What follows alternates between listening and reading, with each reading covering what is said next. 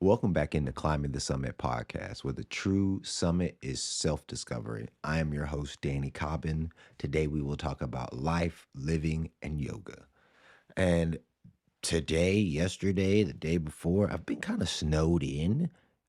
Really not so much snowed in as snowed out. I was able to get to Sam's. And when I was turning to get back onto my street, the snow was up to like almost the grill or the bumper of my car. And when I got in my driveway, I couldn't actually get in. I saw a picture of a car that was centered on snow, which means the guy had dug all the way around the car and the wheels were off the ground and just the center of the car was on the snow. And that wasn't my experience, but when I got in my driveway and I could not get into my garage, I started smiling. Now, I know that sounds a little weird, but I had never been snowed in before. This is the first time. So I went and got my shovel and I started shoveling snow. And between the time where I started shoveling snow and I thought to myself, oh man, like, what have I got myself into? And then the 30, 45 minutes later, when I was like, I wonder how long I've been out here.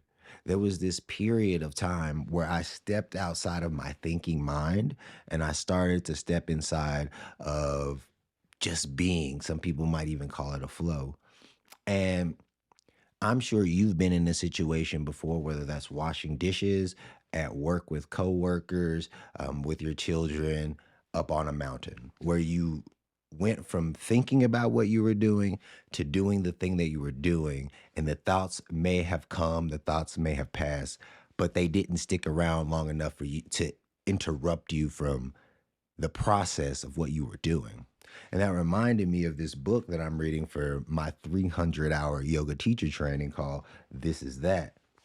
And it's about the third and fourth sutras. And what's interesting is on page 9 and 10, he talks about, and this is what he says, you see, in yoga, there is no one central authority figure, no controlling organization. This reductionistic view we have now is very modern phenomenon that has come about far more recently. So when you say yoga, we are not discussing an exercise class, something you do once or twice a week or for half an hour in the morning. We are talking about a state of being. That is yoga, an experience which is arising from yoga and also a way of living arising from that which is arising from yoga. You don't say that you are bringing your bicycle and your wheels. It is understood that if you have a bicycle, it has wheels as part of it. So, how can you do yoga and meditation?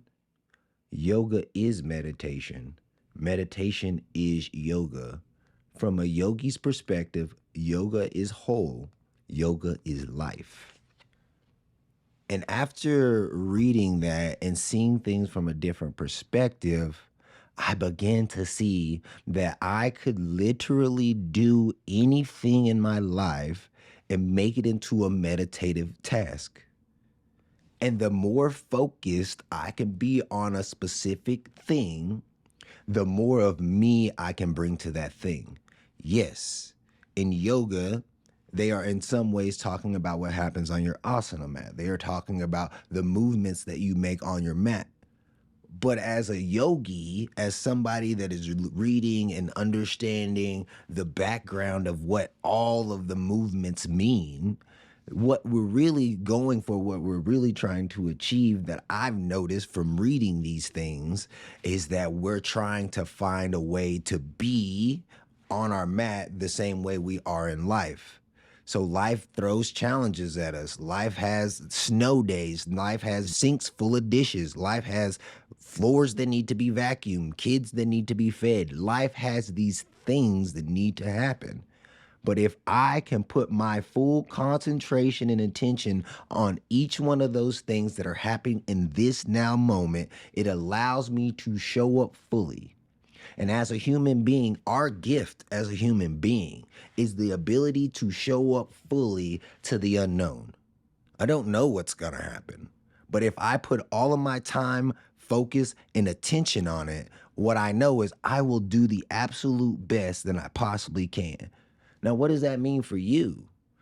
That means that you can start to do your dishes from a mindset of doing the dishes, not thinking about the things that you have to do later on, not thinking about work, not thinking about the kids, unless the kids come in and they ask for something. And then when you're in that meditative state, you will be available and open to them to respond to them in the best possible manner.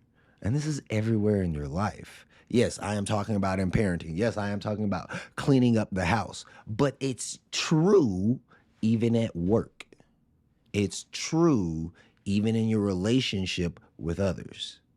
That if you bring your full time and attention to whatever conversation you are having with your significant other is going to feel heard. They're going to feel like you are there for them. And that opens up the floodway for more love and positivity to occur in your life. So, how cool would it be that if on your climb to your personal summit, you found more ways to not just do the task, but fully engage yourself in such a way that you can discover who you are along the journey?